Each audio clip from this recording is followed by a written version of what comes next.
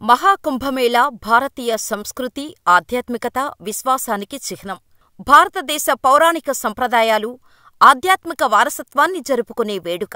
ప్రస్తుతం ఈ వేడుక జనవరి 13న ప్రారంభమైన ఈ మహాకుంభమేళా ఫిబ్రవరి 26 వరకు ఉత్తరప్రదేశ్లోని ప్రయాగ్రాజ్లో జరగనుంది.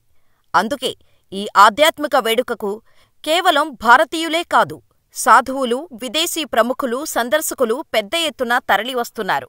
అయితే ఈ మహాకుంభమేళాలో అనేకమంది నాగసాధువులు, నాగసాధ్విలు చిత్రవిచిత్రంగా ఉంటూ వారి ప్రాముఖ్యతను చాటుకుంటున్నారు.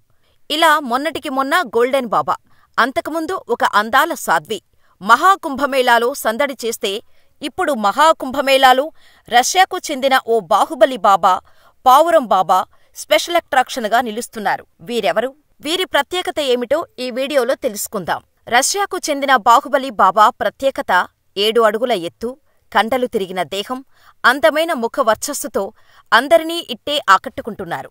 అందుకే అందరూ ఆయన్ని బాహుబలి బాబా అని పిలుస్తున్నారు. ప్రస్తుతం ఈయన సోషల్ మీడియాలో పాపులర్ అయిపోయారు. రష్యాలో ఉపాధ్యాయుడైన ఈయన ప్రపంచంలోని చాలా దేశాల్లో టూరిస్టుగా తిరిగారు. ఈ క్రమంలోనే 30 ఏళ్ల క్రితం భారత పర్యటనకు వచ్చారు. అదే ఆయన జీవితాన్ని మలుపు తిప్పింది. సనాతన ధర్మంతో ఇక్కడే ఆయనకు పరిచయం ఏర్పడింది. హిందూ ధర్మం గొప్పతనాన్ని గ్రహించి వెంటనే దాన్ని స్వీకరించారు. తన పేరును ఆత్మప్రేమ్ గిరి మహారాజుగా మార్చుకున్నారు. భారత్లోనే కొంతకాలం ఉండి హిందూ పురాణాలు, ఇతిహాసాలను చదివాక నేపాలుకు వెళ్లి అక్కడ సనాతన ధర్మాన్ని ప్రచారం చేస్తున్నారు. కుంభమేళా, మహాకుంభమేళాలు జరిగినప్పుడల్లా నేపాల్ నుంచి భారత్కు వచ్చి వెళ్తుంటారు.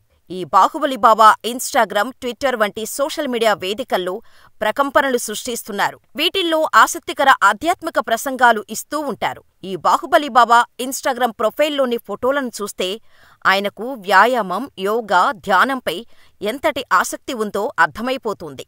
కండలు తిరిగిన దేహంతో, మెరిసే ముఖంతో ఉన్న ఈ బాబాను చూసినవారు మహాభారతంలోని భీముడు అని, మరికొందరు పరశురాముడు అని పిలుస్తుంటారు. ఇక పావురం బాబా, ఈయన రాజస్థాన్లోని చిత్తోర్గఢ్కు చెందినవారు. ఈయన తలపై గత 9 సంవత్సరాల నుంచి కూర్చుంటోంది.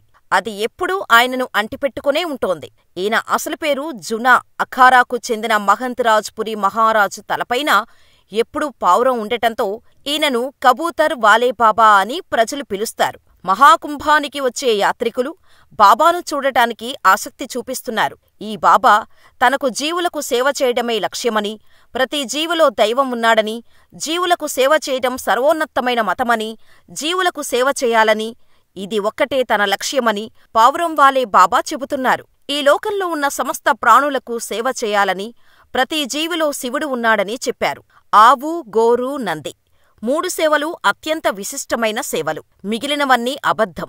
ఏది చేసినా, ఏ తంత్రసాధన చేసినా, గోవులకు సేవ చేసినా అంతే సాధనవుతుందని, తంత్రమంత్రం సాధన చేస్తే ఎటువంటి ఫలితాలు వస్తాయో అదేవిధంగా ఎవరు గోవుకు సేవ చేస్తారో వారికి కూడా అద్భుతమైన ఫలితాలు లభిస్తాయని, జీవులకు సేవ చేయడమే పరమధర్మం, ప్రతి జీవిలో శివుడిని చూస్తూ జీవులకు సేవ చేయమని తెలియచేసేందుకే ఇలా గత 9 ఏళ్లుగా పావురాన్ని తలపై మోస్తున్నట్టు చెప్పుకొచ్చారు పావురం బాబా.